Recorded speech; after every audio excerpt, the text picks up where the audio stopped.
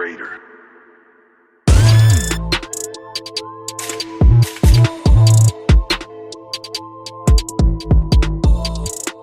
We're back and it's Blue Ballers podcast because Can we talk about the women's Euros? exactly that's what we're England. The women's team, the joy that I didn't get last year, I'm feeling good this year, man. I feel like I don't want to say the words, but you know them three words.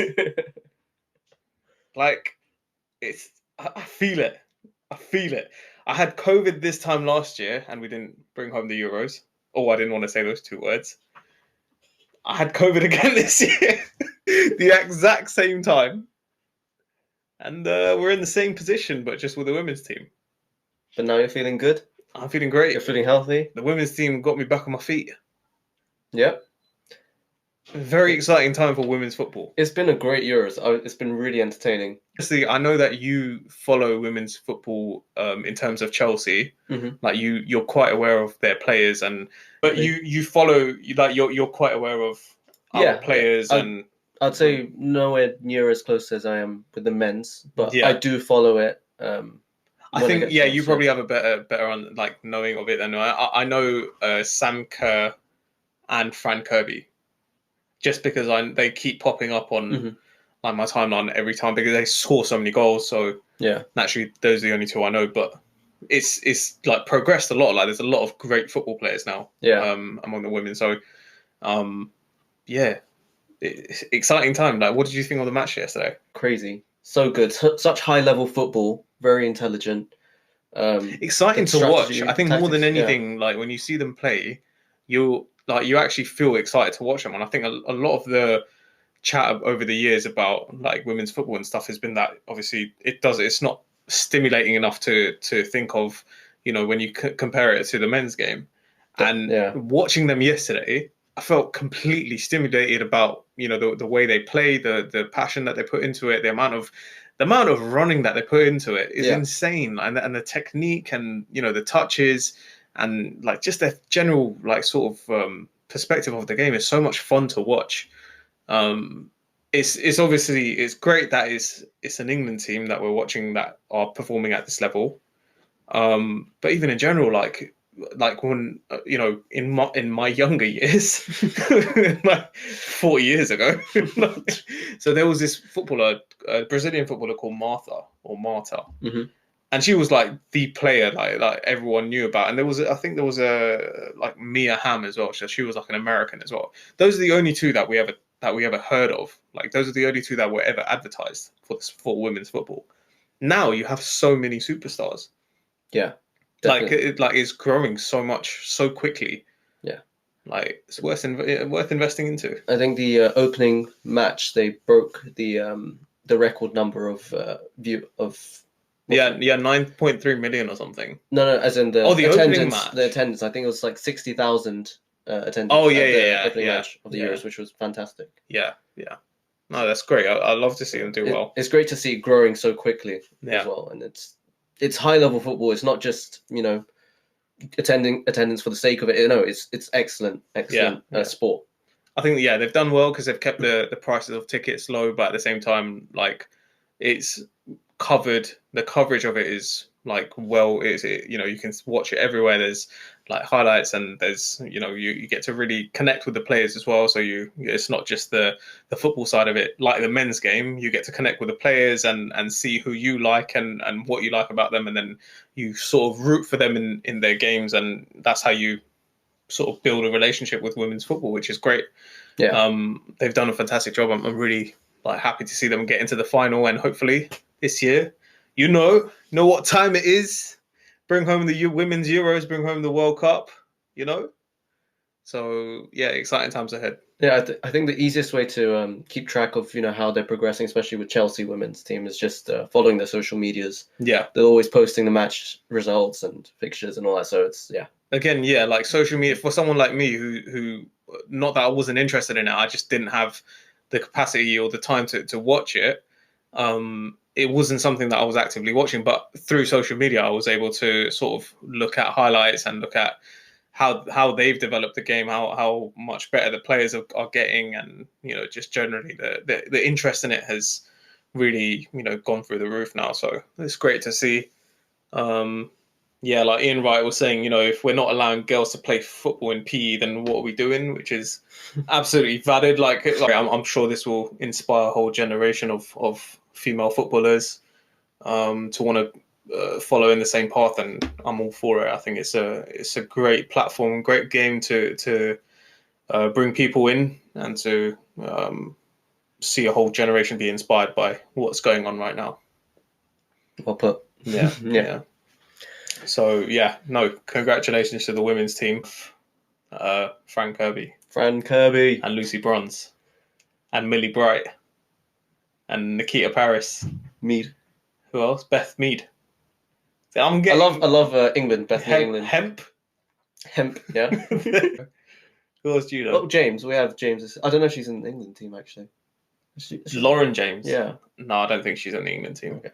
She'll get there. But yeah, like top players. That's all we need. So I heard the Spanish team is really good, and we beat the Spanish. So yeah, technically we've already won it. Well, the Swedish team are meant to be really good as well in the rankings. Yeah. You know what happened? 4-0. Destroyed. 4-0. Yep. Send those Vikings back. Mullering. They didn't stand a chance. IKEA in the mud. Okay, no. Being serious though, it's great to see. Yeah. All right. Well, now that we've covered what we wanted to cover, let's move on to what we don't want to cover. Slightly more depressing things. Chelsea, we're taking L's, boy. L's. We are taking them left, right, and centre. Okay. In some fairness, we've made 2 great transfers, in my opinion, at least coming into Chelsea. I've been very happy with those. Yeah, so the last time we spoke, I don't think we signed anyone. We were linked with Dembele and Sterling. Yeah. And since we've signed Sterling for who was the De Ligt? De Ligt was the centre back that we wanted, and then Ake was the other centre back that we wanted. I don't think it was at that time though that we were fully aware of it. No, I'm saying after the last time we did one of these. Yeah. Yeah. So De Ligt. Let's just go through them so that we're chronological. So far. Sure. So we were linked. We lost Rudiger and Christensen, so we needed 2 defenders. From what I've read, that he wants 3 defenders because I think Azpilicueta is leaving as well. Matthijs de Ligt, former Juventus player, is now a Bayern player. He was one that we were tracking heavily. We were definitely interested in him, and I think we even submitted an offer in the region of about 60-70 million pound, which Juventus were open to selling, but I think the player was sort of had his head turned by Bayern Munich, and they ended up taking him. They ended up signing him, which is good for them. If a player wants to play for a great team in a league, then that's his choice. That's a career move that I wouldn't advise. Like who dreams of playing in the Bundesliga? Unless you're German, unless you're a Bayern Munich player, or unless you're like a childhood Bayern Munich fan, why are you going to the Bundesliga? Possibly Champions League. They have everyone I'd say better than Juventus. We've won the same amount of Champions League as Bayern in the last 12 years. So that argument is out the window. We've been to more final. Well, we've been to the same amount of finals as Bayern Munich in the last 12 years. So that's not an excuse. We great squad, exciting football. I can see why you'd at least go from Juventus to Bayern. He's a defender. What exciting football is he going to experience? He's literally going to be in front of. We'll have to find out. 50% of his job is done by Neuer behind him. He has no defending to do. He can go sleep for the rest of the season, and he'll wake up Champions League final. What's the point? He's got a Champions League final. Yeah, but what's the point? That's not competitive. I'm sorry, but he possesses great talent. So, as a top talent, young player, go challenge yourself in a real league. So you don't think that he's going to be? Yeah, you think he's not challenging himself by going to Bayern? You think I think he's not just a proper challenge. Yeah, he's not justifying the ability that he obviously has. I think he's been restricted a bit by Juventus and by Allegri as well. Mm-hmm. He's a player that, yes, he will do phenomenally well with Bayern. There's no doubt about it. But I don't know, man. I always feel like when you go from somewhere to the Bundesliga, it makes no sense to me unless you're like a mid player and you know that Bayern's definitely the best team you'll ever get. makes no sense to me. Like I would have thought that he'd be able to walk into Barcelona or Bayern Munich or Barcelona or Real Madrid or like even like Manchester City or something like that. Like, but you know, I don't know. I just feel it's always the easy way out for a player to go to the Bundesliga. You know, I don't know. I heard that he's been a fan of Bayern Munich and all this kind of jazz, but I don't know. I think it was a bit poor on his part. I think he could have done really well at Chelsea and in the Premier League. He could have really proven himself and brought himself to the front, which I don't think he will now. I really don't. I'm like when you look at the amount of great defenders that we have in the Premier League and in Spain and Italy. I can't see him really being among the elite. If you want to be in the elite, come to the Premier League, go in La Liga or whatever. But it is what it is. I'm not being salty, man. I still think we got the better defender out of it because Kalidou Koulibaly is a Chelsea player. But anyway, let's go chronologically. Let's go chronologically. Okay, you can get the next one. So what happened after De Ligt? Was it? I think it was Sterling straight after. Sterling was straight after. Yeah, we got Raheem Sterling come back to London where he belongs. Raza. For 55 million? Was it? How much was it? The Brent Robinho. What was the transfer fee? £47 million. £47 million. Which I think was a great deal. I think for City and for us as well. I hadn't realised last time that he's actually 27 and not 29. So he is in the best years of his life. I don't know. It's tough to say. I think he'll prove whether he is or not because I think he's been playing since he was 17. So he's already had 10 years, in his professional career. A lot of players start at about 21, and then we start to see the best of them from 25 onwards. So yeah, I mean, like we'll see. He seems to, he obviously played in pre-season, still has the legs. I think we had a torrid pre-season, so I don't think we got to see the best of him. In that team. I think I saw some moments of it where I was like, wow, this guy is taking on for himself. Making some great dribbles as well. So it'll be exciting to see him through the season. Yeah, I think more than anything, like he's come to a point now, I think, in his career where like his experience and his personality will really start to show, and it will start to spread amongst the younger players that we have. He's one of them players that he's been consistent in his seasons. Like he's not dropped off and gone out of form too regularly. Like he's been a consistent goal scorer and chance creator, and he's still at the top of his game. There's no doubt about it. And like you said, he's 27, so maybe we have still a lot of good years of him to come. But he's absolutely what we've been missing. I think, like even when we spoke last season, we missed a 1v1 player, a real 1v1 that could go toe to toe with a defender and take the ball away from him and create a chance. I was really hoping that Hudson-Odoi or Pulisic would be able to step in. To that because that's what we're used to seeing from them, but it's just it's just one of them players where you feel like you just want to sort of go 1v1 with a defender and then just shift it across and try and get the ball in. And I think we really like that. I think with Hudson-Odoi and Pulisic, they like the ball at their feet. They like to dribble into the box. I don't think they can do it, but you don't see enough of them taking the ball away from defenders and like just sort of going to the byline and knocking one in kind of thing. So Sterling's a great addition. Experience into England international. He's a superstar. He's going to take the eyes away from everyone else and put it right on him. And we've seen every time he's scrutinised, he's come out on top. He's performed at a top level for years now. So we really lacked an elite winger, and I think Raheem Sterling, along with guys like Salah and Mane and all these guys, he's in that category. So we bagged ourselves a top winger, which is great. So it means potentially our left wing is sorted now. How he actually gets played, who knows? But we know that he's a solid winger that can create a bit of magic. Give us a bit of magic on the wide and hopefully win us a few games as well. Yeah, I think shortly after that we were also very heavily linked with Nathan Ake. Yeah. Nathan Ake, he was a player we got linked with a few months ago. Obviously left-footed centre-back. The idea, I'm guessing, was to put him in a back three on the left side of a back three. And I really like Ake. I think he would have been a fantastic signing because I've seen what he's capable of. He's got great ability, and he would have slotted in really nicely on that left side. I think his injury history is really good. He hasn't sustained a lot of injuries, so naturally, I think he's a player that Tuchel wanted at Dortmund as well. Yeah, from what I've read. So I think it was mainly an issue with the fee, with the price that City have put on him. But we didn't go for him. Moved on and got ourselves Kalidou Koulibaly. Khalifi. No. Wait, no, I wanted to say.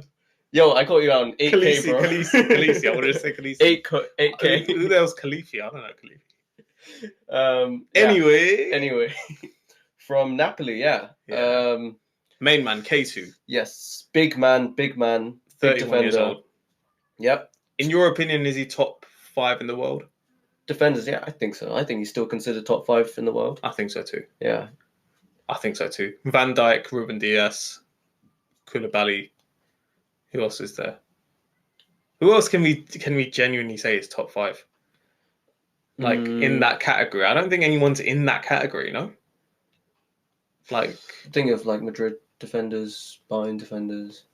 No. Oh, maybe who's that into Skriniar? Yeah, but he's not in that category. No, I don't think he's in that category. I don't think he cuts it at that. So it's probably just top 3. So I'm genuinely blanking on defenders. Of course, De Ligt has a super high price tag, but I don't think his ability is at that level. Yeah. He'll need a bit of time to get into that level. But yeah, no, I mean, it's weird because that's our second choice defender, and we've ended up signing the better defender. Yeah. Maybe De Ligt would have given us more years, but right now for the next 3 years we've got the better defender. Yeah, crazy. Yeah. Koulibaly as well. Like he was a player that we wanted in like 2016. Yeah, 17. I remember it was Van Dijk or Koulibaly, like the best 2 defenders in the world. Yeah, no, and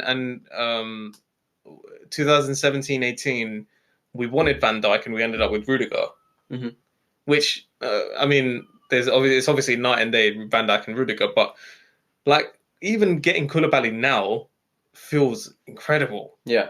Yeah, he's still got it. Yeah, he's still got it. That's what's so great. He's maintained himself so well. He's so fit, and he's so on point with his defending. So it doesn't feel like time has moved since that 2017 period. Yeah, he's deceptively good on the ball.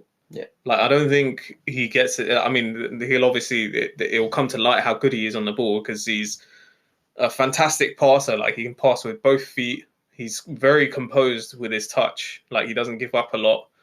He really can't get pressured like that. And he's got, to make up for any errors, he's got speed and he's got ridiculous power. He's like, crazy. It's like 99 rating on FIFA. I mean, listen, I'll leave that to you kids, but like his overall like attributes is just perfect for the Premier League, perfect for Chelsea. And I think, if we had to play him in a back 4 or a back 3, he'd be completely fine. Yeah, I feel like we could place him anywhere along that back line and we'd be fine. Yeah. But obviously not the full-backs or anything, or wing-backs. But yeah, but you'd imagine if it's a back 3, he'd probably play on the left of it. That's something I think he could play. No, but I'm just saying in terms of like what Tuchel's got planned for him, I don't think we're going to get a left-sided centre-back now because, so just to develop on what we were saying about Ake, we were then linked with Presnel Kimpembe, who's also a left-footed centre-back, which seems to have died down a bit. I don't know. I don't know if we're still in for him or not. But, there were 2 left-footed centre-backs that he wanted. He's not got either of them. So I don't know if now the plan is to put Koulibaly at left or are we playing a back 4? I don't know yet. But, so that was a brilliant signing, I think. Do you have anything else to add for Koulibaly? I'm glad he gets to play alongside Jorginho again. What do you think some of his qualities are? Like, what do you think he'll provide? Like, I think similar to Thiago Silva, he's ball playing, which will be great because I don't know how much longer we'll be able to hold on to Thiago Silva. So we know that we're secure in that sense. He's experienced. I think he's got great leadership qualities. He'll be able to direct the players in front of him. So those are the qualities which I'm quite looking forward to. just on top of how excellent his defending is, and real leader as well. yeah, Like proper players leader. really look up to him. They really respect him, and he's accomplished so much in his career. I think he'll give us that voice which we'll be missing from Rudiger. Well, he'll be the next Thiago Silva. I mean, the way Thiago Silva came and marshaled our defense and got everyone together, kind of thing. And I think what's important over the course of the season is consistency and being able to perform consistently in training that leads to match days. That for me, I used to wonder what experience actually does for a squad. Like I used to find it quite overrated to say that, oh, he's such an experienced player, oh, he's an England international. I used to not understand why these are important factors. And like I heard on a podcast, I can't remember, it was an ex-player, and they said that basically the importance of experience and having a person with sort of a high status internationally as well is that players around them, their game gets elevated. They start to perform at a level that maybe fulfills their potential. That when they're signed, that's what the club see them progressing into. But that's the person responsible for that are the more experienced players that can sort of tell them, hey, like if they're going on a night out or whatever, like don't get too drunk or like don't piss your career away. Basically, they'll be able to keep them grounded and tell them you should be training at a high level and all this kind of stuff. And I think players like Thiago Silva and Azpilicueta and Koulibaly, those are the type of players that will help the younger players around them, that will sort of keep them grounded and guide them, into the season and through their careers, kind of thing. And we'll always need experienced players in our team. So he's a great addition, and I can't see a single negative to signing him. I mean, it was a £40 million signing that we made, but I think when you take off his ability alone, and then you add the extras on, which is like his experience and what he'll bring off the pitch, I think it's absolutely crucial signing, bargain signing, if anything. We've got so much in 40 million. That's why I think it hasn't been. I think Sterling and Koulibaly, they've made it. They softened the blow, which we'll get into, of course. Yeah, it's almost like Sterling will bring what Koulibaly brings to the defense. Sterling will bring that to our attackers. Yeah, like you can imagine someone like Hudson-Odoi and Pulisic learning from Sterling the things that Sterling does on a daily basis, like his diet and the way his lifestyle is set up, and if he goes out, like what's his lifestyle like, kind of thing. So like you're getting a lot more than just players, with these kind of signings. So, leaders. These are all leaders that we're bringing in. So that's great. That's amazing for this squad. Yeah, absolutely. It's personality that we're also bringing. Definitely, so, yeah. So unfortunately, we do have to talk about the L's. Another L. Well, we missed out. Raphinha, conveniently, because Raphinha was the first one that we were linked with. Yeah. That wasn't. I wasn't expecting that. I know that there was some talks of it, but I wasn't expecting us to be so. I was not expecting full into bringing in Raphinha. Of course, with the data model sort of that we're developing, it seems that Raphinha had. He's a very tick good the player. Boxes for Tuchel'S. He's a very good player, and I think what Tuchel's wanted from him was his energy. Yeah. I think which you get from Leeds. Yeah, exactly. When you look at the Leeds team, they're all they're constantly pressuring the opposition. They're trying to recover the ball, and they've got bags of energy through 90 minutes. So Raphinha was one of those players, that Bielsa brought through, and obviously. You want those attributes. You want hard-working players, and Raphinha had that, and he could combine that with fantastic skill, and he was a very good attacking player. Always creating chances, always taking risks and shots and stuff. So unfortunately, I think it's unfortunate that we didn't get him. I think we got the better player in Sterling anyway. But I think that he wanted Sterling with Raphinha. Mm-hmm. So I mean, do you have any regrets over not seeing Raphinha in the Chelsea shirt? I think if a player doesn't want to come to our club, it's okay. Then you know what, it's fine. It's not the worst thing in the world, because at least we won't be missing out on is his head really with us, or so it's okay. It's fine. I won't feel upset about that. I think it would have been nice to have a player of his quality. But maybe there'll be another player of his quality that we can get who's really excited to come to Chelsea. Yeah. So, yeah, I can say at least on the like financially, we did go all in on him. So it was good to see that our club didn't hold back. But we should keep on making moves like that for players that we feel fits our team, and we should be going for our first first players on like the players that are first on our list, not the second choice or anything like that. But what we know for sure is that he wants to refresh that front line. He wants to refresh those attackers, and I think the names that are being mentioned that could leave are Hakim Ziyech and Timo Werner. Mm-hmm. I mean, I can see why. We've obviously created an attachment with them because of the Champions League and just generally like they're really nice guys and players that Chelsea fans definitely appreciate. Have they contributed enough to warrant a place in our team? Probably not. And I think if you have players on high wages that aren't giving you what you need to run Liverpool, City close and do well in competitions and do all that kind of stuff, then I think it's time to sort of cut your losses and let them move on, whether it's on a loan and then subsidize the fee or whatever. But yeah, what's obvious is that we want to refresh the front line. Sterling was the first piece, which I think is great. Mm-hmm. I think with him, you can have someone like Pulisic or Hudson-Odoi deputising, and then on the right side, Raphinha would have been great. I mean, think Mason Mount's again, it depends on the system that we're playing. I don't know if, to me, like I said in on the last podcast that we did, like I think having a back four makes a lot more sense in terms of being able to fit the players into the team. Our best players would mean that we would have to play a back four. Playing a back three, I think we would need really sort of high wing backs to make it more effective and put ourselves in better, sort of scoring and attacking positions.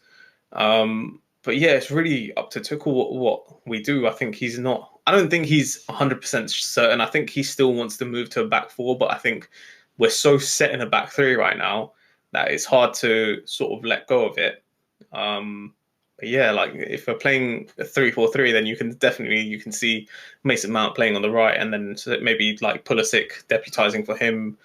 Havertz right now has the role. If he wants the false nine role or the 9 role, that's his. Yeah, it's his to lose kind of thing. And I think it would take a big effort for Broja to break through and to firstly break into the team and then to make that spot his own. I think he just needs to get the trust more than anything. He needs to get that trust. Not necessarily overtake Havertz. I still think there's a place for both of them. Yeah. But I think Havertz right now is the main man. Yeah. And your biggest game, you play him. So the attack sort of constructs itself. We already know who's the likeliest to take up those spots. As nice as Raphinha would have been, or Ousmane Dembele would have been, because Ousmane Dembele is a fantastic talent. They, for whatever reason, they wanted to join those. I mean, I can't.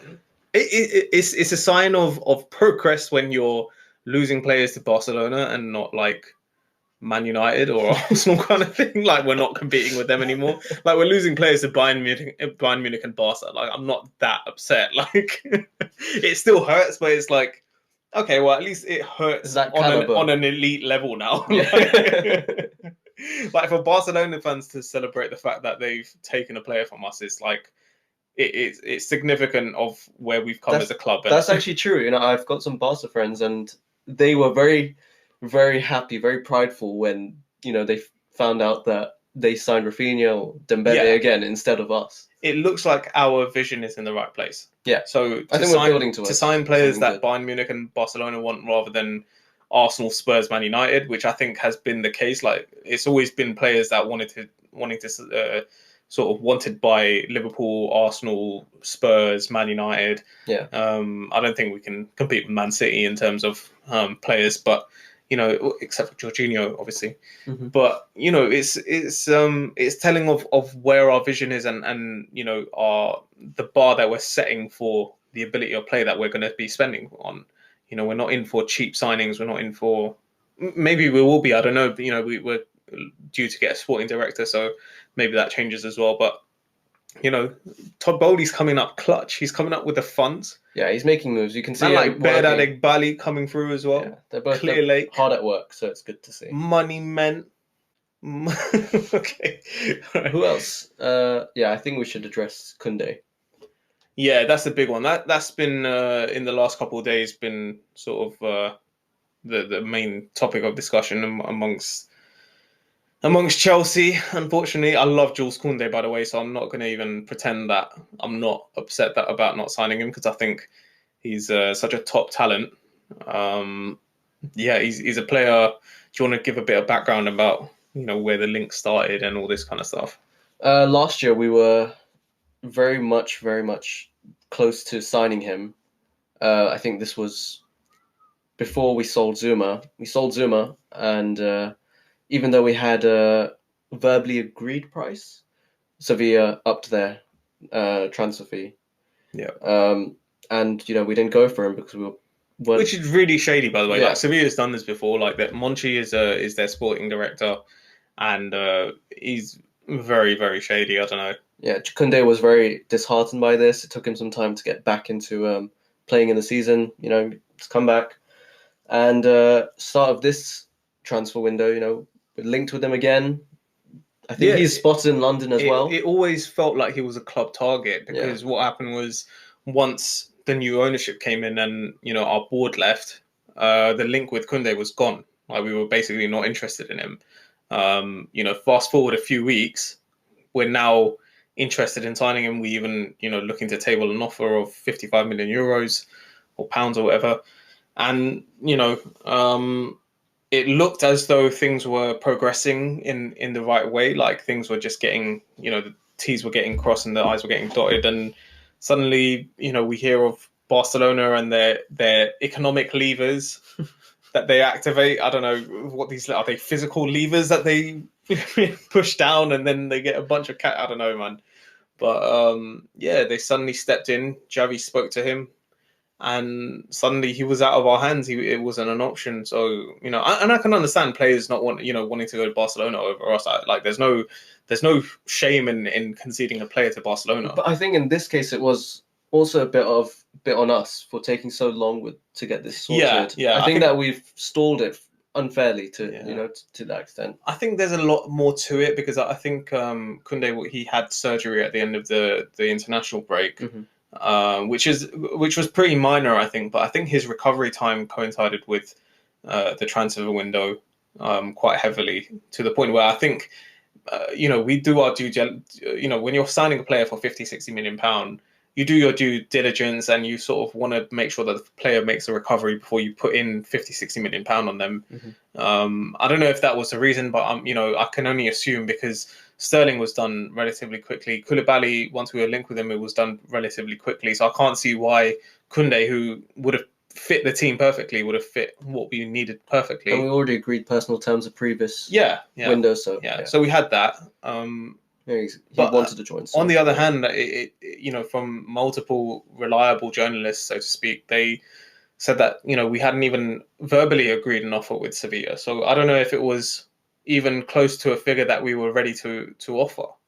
So I don't, it's quite kind of a grey situation. It's kind of good that it's a grey situation, because you never really, as an owner or as a club, you never really want details to be spilled. But yeah, I mean, Barcelona's come in, they've activated the second lever, and they've got their man. So good for them. I think he'll do great for them, like De Ligt will do for Bayern. But at least he's playing in a proper league. Yeah.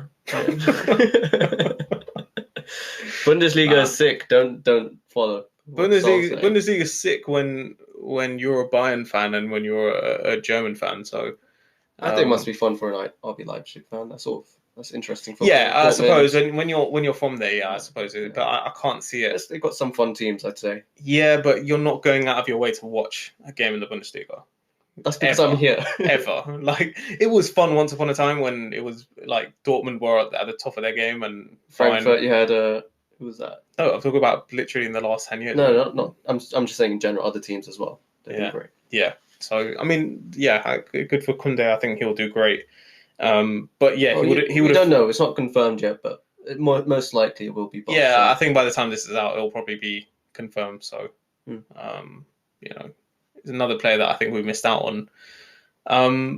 But it's I think we like doom and gloom a bit, so we like to complain. But I think if we really look at the transfer window, and we ended the transfer window tomorrow with Sterling and Koulibaly, can we really be upset?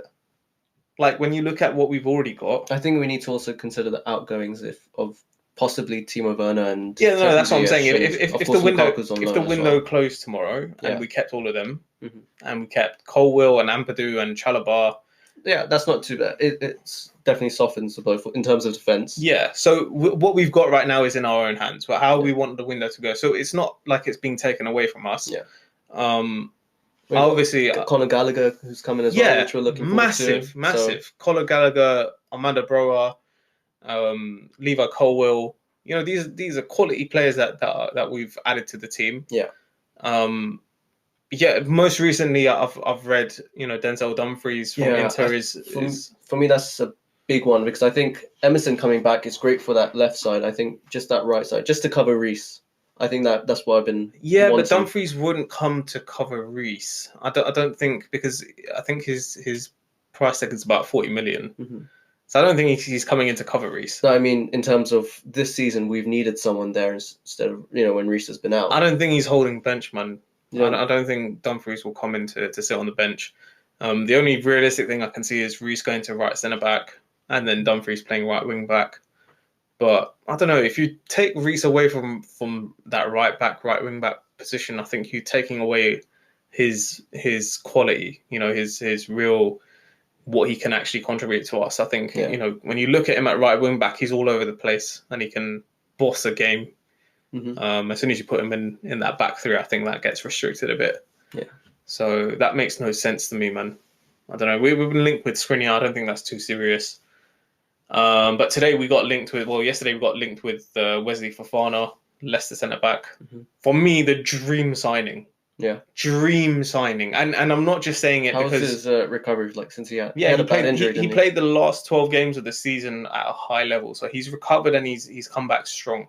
That's good, yeah. So, and he's 21. So, you know, he's got everything. He's got absolute... And I'm not just saying it because we've missed out on De Ligt and Kounde, but he's genuinely a player that I would have preferred to Kounde. I didn't know it was even a possibility. That's why I didn't, you know, we weren't linked with him at all. Mm-hmm. It's come up today. I don't think it's likely because of the circumstances. Like, I think it's too high a price tag, and I don't know. It just seems like one of those signings that feels too difficult to do. Yeah. But if there was a chance of signing that guy, do it with your eyes closed. Just give them a blank check, because he's everything that Harry Maguire should have been at 80 million. I think they've put a price tag of 70 million on him or something. Okay. If I think that's reasonable. Yeah, that is quite reasonable for a player of his quality. He's a top he's top player. Yeah, and he's got many years as well. His stats were crazy, crazy. The amount of balls, aerial, you know, tackles, everything. He's just top class, and to be at that age and be that good, crazy. Again, like I'm a big Levi Colwill fan, so you know I hope he can emulate what Fofana's done and really push on. I really hope he stays with us and he can prove, you know, that he deserves to be in the team. Yeah. Ideally in an alternate dimension where things are great, it'd be Chilwell, Colwill, Fofana, Reece, and that would be incredible to watch. I can't ever see us being good enough to do that. But saying that, Leicester want Levi Colwill, so if we can work out some way that they take Colwill for 2 years, or sell him to them for, you know, a small amount, and then have a buyback clause. Get Fofana in. How many? We've got some time left until transfer window. Who knows? Yeah, got about a month and a week or something. Yeah. So yeah, it's a big month coming up. Obviously, the Premier League starts. We'll do another one for the Premier League commencement. But how are you feeling about signings? Like, what do you think that we absolutely need to add now at this point? Oh, now? I think we need someone to cover Reece, because I don't think Aspie is capable of progressing the ball, you know, at that sort of level in that sense. So I think just that right side, because I'm quite happy with Emerson coming back. But yeah, I felt that we need, if we're going to do that 3-4-3 system, we have to have another right wing back. That's what my main concern, I'd say. What about you? What would you look for? Yeah, I mean, like I said, I think it's difficult to really take it tough.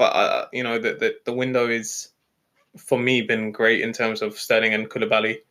I still think we lack a real striker, a proper.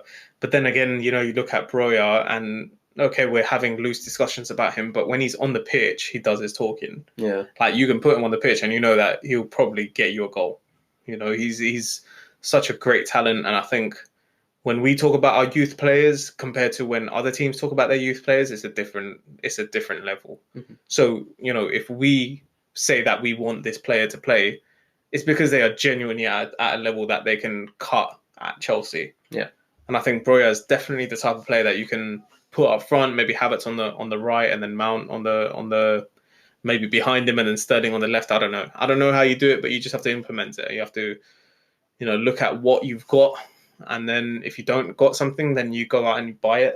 But I think we've got Broja and a proper goal scorer in him. Mm-hmm.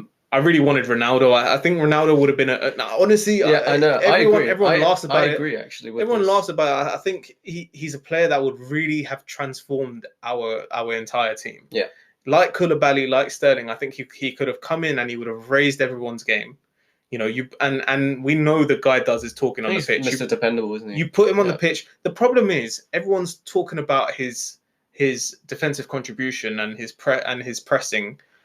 For a player like that, you build around him. You don't make him do the pressing.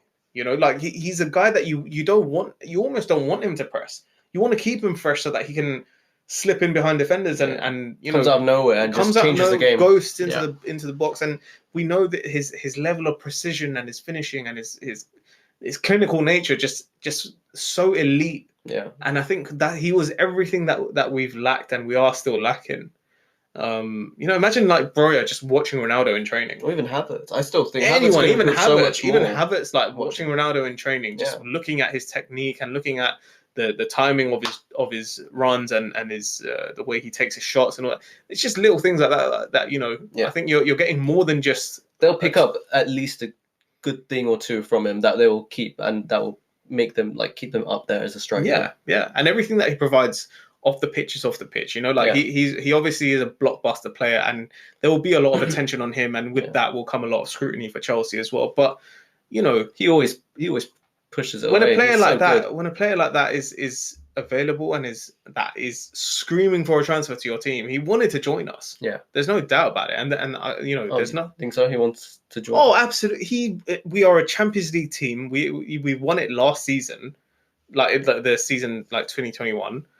You know, we've got an elite manager. We've got elite players. Mm-hmm. It's the perfect club for him, and it's still in the Premier League. Yeah. He can do everything that he wants. Like he could, if he wanted to, he could win the Ballon d'Or with us. If it was a perfect season and he's putting in 35, 40 goals, there's nothing to suggest that he wouldn't do it. Yeah. There's nothing to say that he wouldn't. He's still at that high level. You could see it last season with Man United. He was crying out. You can see it. The guy has immense quality. Immense. He's an elite player. Yeah. Just because he doesn't press doesn't make him a bad player. Like it's ridiculous. It's like asking Messi to press. You don't want Messi to press. You just want him on the ball. Yeah. You want him to do what he does best. Like, but you know, I don't know, man.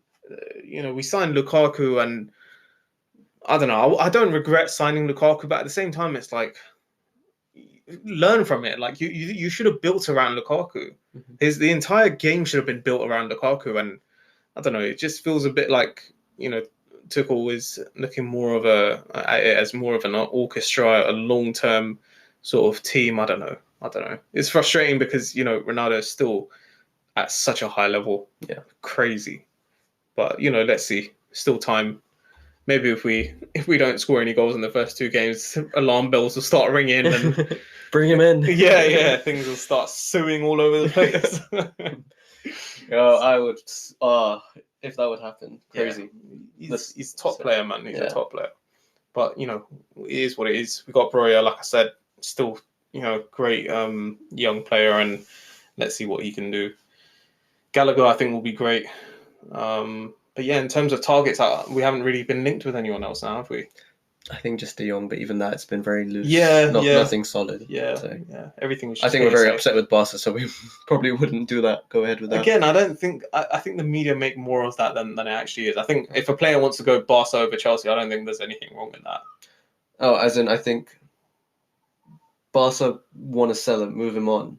Chelsea's one of the destinations that know he's interested in, but Chelsea are very much against doing any sort of business right now with Barca. I suppose. I think Asby and Alonso will still go there. Yeah, for sure. I think it will happen. Maybe when things cool down. Yeah, I think we'll get to know a lot about sort of what we want, to add in the next couple of weeks. Okay. Once the Premier League starts and once things are rolling, I think it'll be. Well, I just don't want to get to deadline day and sign average players. That's the worst. That's absolutely the nightmare. Yeah. That's the reason we're in the shit we're in right now. So I think Tuchel would block that as well. I don't think that he would allow that. Yeah. I mean, he's already starting to get rid of certain players. So yeah. I'd rather. It really is a rebuild, as he's said. It is a real rebuild window. So yeah, we'll have to just go through it, and hopefully we come out stronger on top. Absolutely, yeah. Yeah, I mean, I think it's worth revisiting in a couple of weeks or in a week. Yeah, and by then we can also speak about. We'll try and do Premier League like properly, on a week basis, so that we can cover as many games as we can. Yeah. But yeah, this has been good. Yeah. Anything else you want to add to it? No, I've got nothing. Just looking forward to where we end up. And the women's final. Yeah. Let's get it! Come on, girls. We've got this. Let's go. All right. Well. Raider.